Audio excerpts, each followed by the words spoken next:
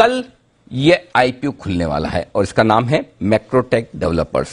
483 से 486 रुपए का प्राइस बैंड है, 30 शेयरों का लॉट है, 2,500 करोड़ का इश्यू साइज है और कुल मिलाकर इश्यू के बाद इस प्राइस पर 21,700 21,800 करोड़ की मार्केट कैप की ये कंपनी बनेगी। पहले मैं इस कंपनी के बारे में आपको थोड़ी डिटेल दे दूं, उसके बाद कंपनी के मैनेजमेंट से मैं आपको करवाऊंगा मुलाकात। सबसे पहले मैक्रोटेक डेवलपर्स क्या है जान लीजिए। 1995 में इस कंपनी की शुरुआत हुई है, तब ये जानी जाती थी लोढ़ा डेवलपर्स के नाम से। रेसिडेंशियल बिक्री के लिहाज से इस वक्त देश की सबसे बड़ी रियल एस्टेट डेवलपमेंट कंपनी है ये और अफोर्डेबल हाउसिंग, प्रीमियम हाउसिंग और लग्जरी हाउसिंग के कारोबार में है। लॉजिस्टिक और इंडस्ट्रियल पार्क बनाने का कामकाज भी इन्होंने 2019 से शुरू किया है, कमर्शियल रियल एस्टेट में भी है और 31 दिसंबर 2020 तक 91 प्रोजेक्ट्स ये कंपनी पूरी कर चुकी है और मुंबई के पास पलावा में 800 एकड़ में एक इंडस्ट्रियल पार्क बनाने की कंपनी की योजना है। आइए स्वागत करते हैं कंपनी के टॉप मैनेजमेंट का। हमारे साथ कार्यक्रम में शामिल हो रहे हैं अभिषेक लोढ़ा साहब और सुशील मोदी साहब। पहले अभिषेक लोढ़ा साहब का परिचय आपको दे दूं। एमडी और सीईओ है कंपनी के, 41 साल की उम्र में और 2016 से कंपनी के एमडी पद पर वो नियुक्त है। जॉर्जिया इंस्टीट्यूट ऑफ टेक्नोलॉजी से उन्होंने साइंस में मास्टर्स की डिग्री की है और साथ ही 19-20 सालों का उनका कंस्ट्रक्शन और रियल एस्टेट लाइन का गहरा अनुभव है और मैक्रोटेक की कमान संभालने से पहले वो मैकेंजी जैसी दिग्गज अंतर्राष्ट्रीय फर्म्स में भी काम कर चुके हैं। और साथ ही सुशील मोदी साहब भी हैं जो कंपनी के सीएफओ हैं, जून 2020 से कंपनी के साथ में हैं। सारी डिग्रियां जो एक सीएफओ के पास होनी चाहिए वो सारी उनके पास हैं। सीए है, सीएफए है, कंपनी सेक्रेटरी है, कॉस्ट एंड वर्क्स अकाउंटेंट यानी कि आईसीडब्ल्यू भी है। इससे ज्यादा कुछ हो नहीं सकता। मर्जर्स और एक्विजिशन का गहरा अनुभव है मोदी साहब को और इससे पहले जीएमआर ग्रुप में रह चुके हैं, आदित्य बिरला ग्रुप में रह चुके हैं, जेएसडब्ल्यू स्टील के साथ बड़े बड़े दिग्गज कॉर्पोरेट हाउसेज में वो काम कर चुके हैं। आप दोनों का बहुत बहुत स्वागत है। लोढ़ा साहब, शुरुआत आपके साथ करना चाहता हूं। 2009 से आप कोशिश कर रहे हैं आईपीओ लाने की, फाइनली अब आपका आईपीओ कल बाजार में हिट करने जा रहा है। पहले तो आपकी इमोशंस फीलिंग बताइए कि फाइनली 11-12 साल के लंबे इंतजार के बाद आपका आईपीओ बाजार में उतर रहा है। आपके साथ जी बिजनेस के सभी व्यूअर्स के साथ होने का आज बहुत अच्छा अवसर है। धन्यवाद। कंपनी आज भारत में कई वर्षों से सबसे बड़ी हाउसिंग रियल एस्टेट कंपनी रही है और हमने बड़ी मात्रा में अच्छे क्वालिटी के घर बनाए हैं। हमें लगता है कि अगले आने वाले वर्षों में भारत में हाउसिंग का एक बहुत बड़ा बूम आने वाला है और इस स्थिति में जब कंपनी पब्लिक जा रही है तो हम चाहते हैं कि कंपनी के ग्रोथ प्रोस्पेक्ट्स भी बढ़े और हमारे जो निवेशक हैं वो हमारे साथ इन्वेस्ट कर इस बड़ी हाउसिंग ग्रोथ स्टोरी में पार्टिसिपेट कर सकें, तो बहुत अच्छा लग रहा है। डॉक्टर साहब, आमतौर पर आपकी कंपनी रेजिडेंशियल प्रोजेक्ट्स के लिए जानी मानी जाती है और जहां तक मेरी समझ है 86-87% हिस्सा आपकी आय का रेजिडेंशियल प्रोजेक्ट से ही आता है। मैं समझना चाहता हूं कि आपकी कंपनी की पोजीशनिंग किस तरह से, कितना अफोर्डेबल हाउसिंग में है, कितना प्रीमियम हाउसिंग में है, कितना लग्जरी हाउसिंग में है, लग्जरी अल्ट्रा लग्जरी जो आप कहते हैं, और आगे चलते हुए आपका प्लान क्या है, कहां फोकस रहेगा? जी, ये बहुत इंपॉर्टेंट सवाल है। हमारी कंपनी और बोर्ड का फर्म मानना है कि ग्रोथ सारी ज्यादा से ज्यादा अफोर्डेबल और मिड इनकम सेगमेंट में होगी। आज 56% हमारी सप्लाई और 62% हमारी सेल्स, लगभग 2/3 हमारी सेल्स अफोर्डेबल और मिड इनकम हाउसिंग से आ रही हैं और आगे चलकर ये बढ़ेगी। हमें लगता है कि भारत में अच्छे घरों की कमी है। मार्केट जो कि कोविड के पहले थोड़ा स्थिर सा था, वो उसका कारण ओवर सप्लाई था, पर वो ओवर सप्लाई अब मार्केट से चली गई है क्योंकि जो टियर 2 डेवलपर्स हैं वो अब मार्केट में बड़े मात्रा में प्रेजेंट नहीं है और लोगों का उनके ऊपर बहुत भरोसा नहीं है और इसके चलते हुए अच्छी सप्लाई डिमांड का बैलेंस है।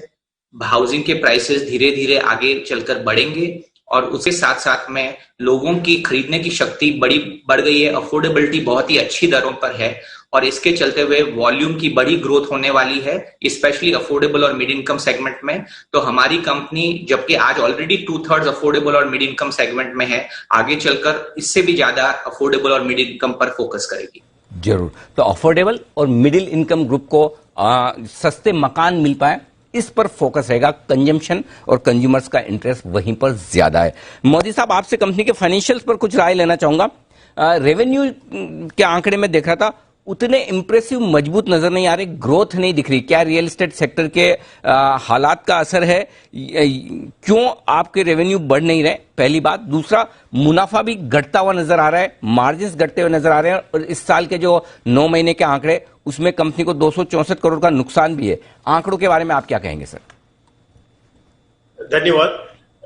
आंकड़ों को समझने के लिए हमें ये समझना जरूरी है कि हमारी कंपनी के हमारी रियल एस्टेट इंडस्ट्री को की अकाउंटिंग जो होती है, उसमें रेवेन्यू का रिकॉग्निशन प्रोजेक्ट के कंप्लीट होने के बाद ही किया जाता है, जबकि हमारी सेल्स जो है, जो आप जानते हैं कि वो डेली बेसिस पे हम सेल करते हैं, कलेक्ट करते हैं, लेकिन वो सेल को हम अपने फाइनेंशियल्स के अंदर में इमीडिएट नहीं ले सकते, बिकॉज अकाउंटिंग स्टैंडर्ड के हिसाब से रेवेन्यू का रिकॉग्निशन प्रोजेक्ट के कंप्लीट होने के बाद ही किया जाता है।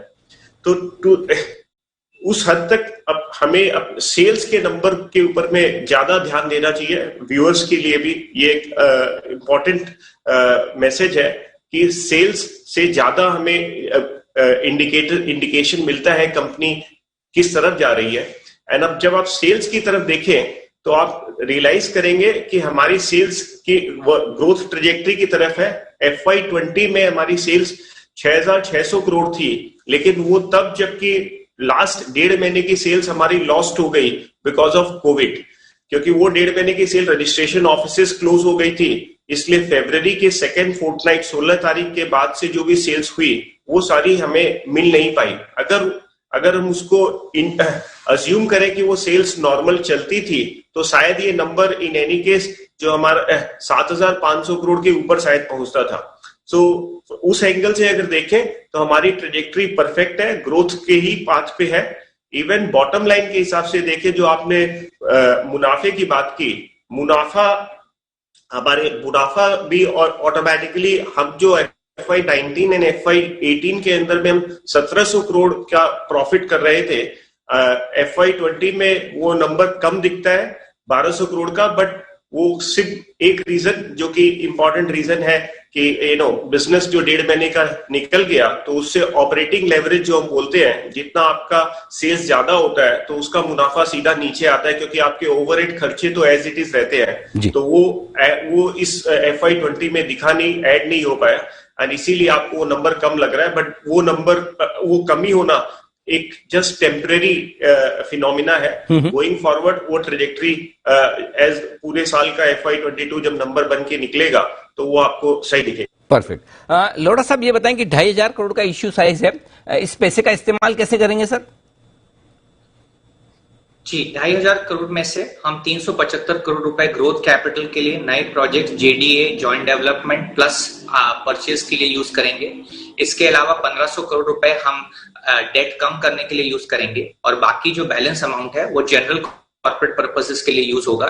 जो भी कंपनी के लिए बेस्ट रिटर्न हो उस यूज के लिए यूज होगा। जी, मोदी साहब, इसी पर मेरा सवाल है। चूंकि 1,500 करोड़ रुपए आप डेट रिडक्शन में काम में ले रहे हैं, डेट कम भी होता दिख रहा है। 31 मार्च को 22,600 करोड़ से ज्यादा का डेट था, जो घटकर 31 दिसंबर को 18,600 करोड़ के आसपास रह गया। तो कंपनी धीमे धीमे अपना डेट कम कर रही है, लेकिन उसके बावजूद आपकी फाइनेंस कॉस्ट बहुत बढ़ रही है।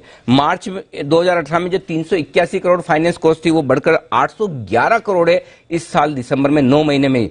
ऐसा क्यों? अगर डेट घट रहा है तो फाइनेंस कॉस्ट घटनी चाहिए, बढ़ क्यों रही है? इसे कम कैसे करेंगे सर? जी, हमारा एवरेज कॉस्ट ऑफ बोरोइंग अभी करीबन 12% से थोड़ा कम है। जैसे ही हमारा ये इश्यू कंप्लीट होता है, उससे हमारी फाइनेंस कॉस्ट काफी कम हो जाएगी, और हमारी एक्सपेक्टेशन है कि ये नंबर अगले 2 साल में उसी लेवल पे पहुंच जाएगा जो आज हमारी बड़ी लिस्टेड कंपनीज का होता है, जो 7 और 8% के बीच में उनकी बोरोइंग कॉस्ट है। इस बोरोइंग कॉस्ट को जो आपने बैलेंस शीट से आपने अभी जो P&L से नंबर्स मेंशन किए, ये भी जो सुशील बता रहे थे, एक अकाउंटिंग स्टैंडर्ड का क्वर्क है, क्योंकि सम % जो कुछ हमारा इंटरेस्ट कॉस्ट है वो डायरेक्टली इंटरेस्ट कॉस्ट के रूप में बुक किया जाता है, और बैलेंस हमारा इंटरेस्ट कॉस्ट प्रोजेक्ट कॉस्ट के साथ में सम्मिलित किया जाता है। तो ये अकाउंटिंग क्वर्क्स को अगर एक साइड में अलग रख दें तो ब्रॉडली हमारी cost of borrowing just under 12% है, 11 पॉइंट सम % है, और ये अगले 2 साल में काफी हमें कम होती हुई